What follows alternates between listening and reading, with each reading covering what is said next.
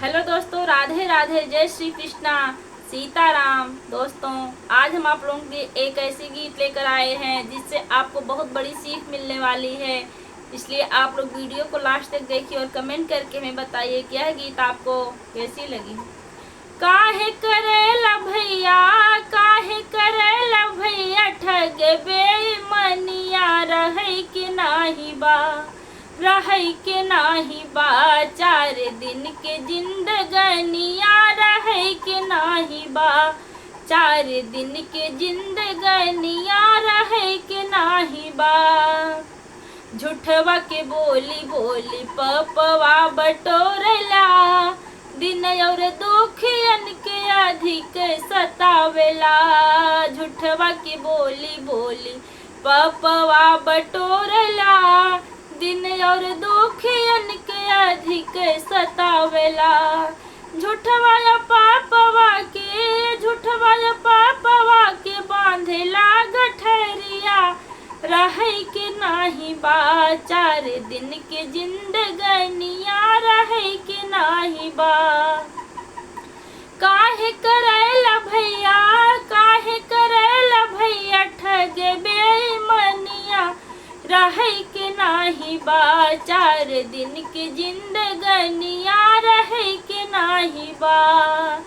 कंकड़ के चूनी चूनी महल बनावेला, महल बना के वो का ढंग से सजावेला।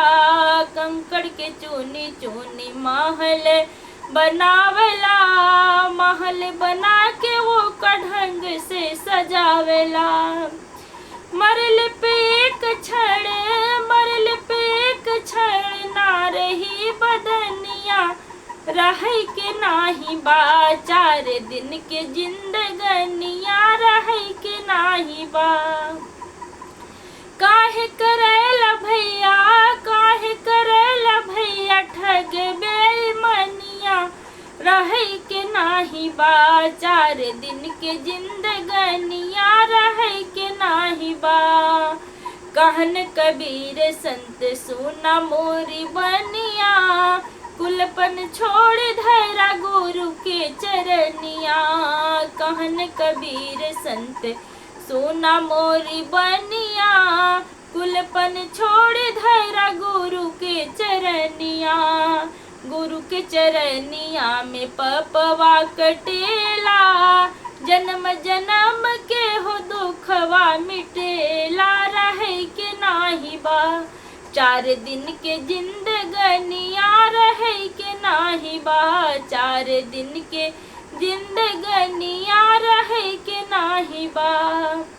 काहे करेला भैया, काहे करेला भैया, ठग बेईमानिया, रहे के नाही बा, 4 दिन के जिंदगनिया, रहे के नाही बा।